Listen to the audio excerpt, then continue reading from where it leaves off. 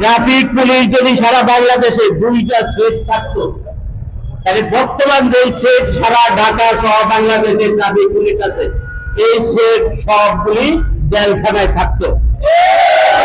স্বৈরাচারী আওয়ামী লীগের আমলে 17 বছর এই চালের দর উপর যে অত্যাচার এই ট্রাফিক পুলিশরা করছে, সেই কারণে প্রত্যেকটা ট্রাফিক পুলিশ আজকে জেলখানায় থাকার কথা ছিল। দুঃখের বিষয়, কপালের ফের, আমরা আবার আজকে এই জেলখানার কয়েদির কাছেই দাবি দিয়া যাইতে হচ্ছে।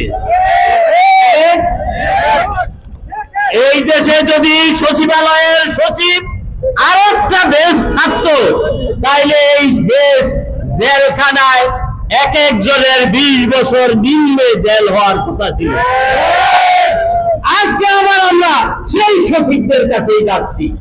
এটা আমাদের কপালের ফের, এটা আমাদের দুঃখের। আজকে আমরাই পারি সবকিছু ঠিক করতে। পৃথিবীতে যেখানে এখনো পর্যন্ত শ্রমিকের হাত লাগে নাই, সেখানে এখনো পর্যন্ত জঙ্গল। যেখানে শ্রমিকের হাত লাগে সেটাই চকচকে রাস্তা হয়ে যায়। যেখানে শ্রমিকের হাত লাগে সেখানেই স্বর্ণ ফলে। এই শ্রমিক আজকে রাস্তায় নেমেছে। রাজপথে যদি দাবি আদায় করতে হয়, যদি মৃত্যু স্বীকার করতে হয়, যদি হত্যাকাণ্ড ঘটে, যদি রক্তপাত হয়, তারপরও দাবি না নিয়ে আমরা ঘরে ফিরব না। সবাই রাজি আছেন? আজকে আমার বোঝেরা তাদের দুঃখের কথা কিভাবে বলেছে, চোখের পানি রাখা যায় না।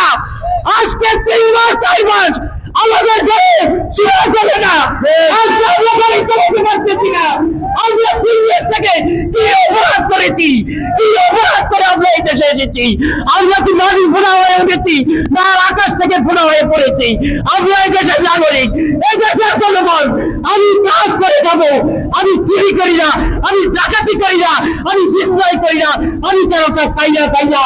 আমাকে রাস্তায় গাড়ি চালিয়ে সব দিয়ে বেঁচে থাকার একমাত্র সম্বল, সেই সম্বলটি আজকে ঘরে রাখতে হচ্ছে।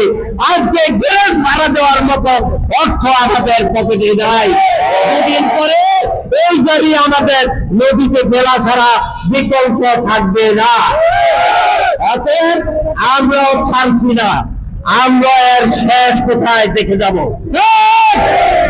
আমরা এর শেষ কোথায় দেখে যাব? যতক্ষণ পর্যন্ত আমাদের জেলার গাড়ি ঢাকা মহানগরীতে চলাচল করতে পারবে না, ততক্ষণ পর্যন্ত আমাদের আন্দোলন চলছে।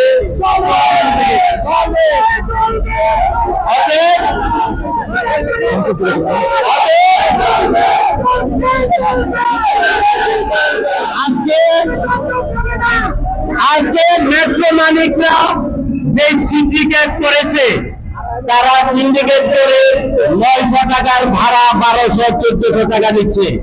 আবার নতুন ষড়যন্ত্রে লিপ্ত হয়েছে। আপনাদেরকে যদি বেকার করতে পারে, তাহলে সারা ঢাকা শহরে লক্ষ লক্ষ চালক বেকার থাকবে। যত বেশি বেকার, তত বেশি জনবৃদ্ধি। যত বেশি বেকার, তত বেশি জনবৃদ্ধি। আর যত বেশি জনবৃদ্ধি, তত বেশি যাত্রীর হয়রানি। যত বেশি জনবেশি, তত বেশি যাত্রী হয়রানি। আর যত বেকার বেশি, তত যাত্রা জন বেশি। এই যে সিন্ডিকেট, এই সিন্ডিকেট ভাঙতে হবে। আমরা মনে করি এই মধ্যস্বত্বভোগী, এই মালিক গ্রুপ, এই মধ্যস্বত্বভোগী, এই মালিক গ্রুপ, এটা এই সমাজের দরকার নেই। একজন চালক আর যাত্রী, এই 2 জন হলে চলে।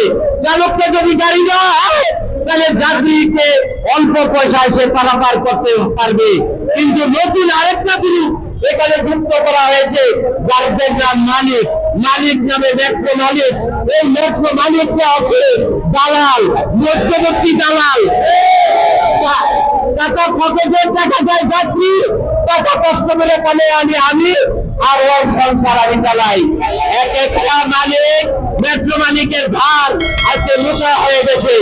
আপনারা দেখবেন তেলতেলা করে এদের চেহারা থেকে তেল বের করে, আর আমরা না খেয়ে রাস্তায় মরতেছি, দিতে মরতেছি। এক একটা মালিক প্রতিদিন শোষণ করে, আর এই শোষক শ্রেণী আজকে হজ করতে যায়।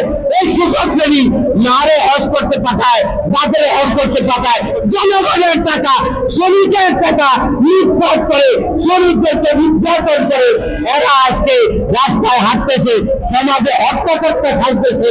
এদের বিচার জানাই, এদের জন্য ঝাড়ু চাই, এদের জন্য ঝাড়ু চাই।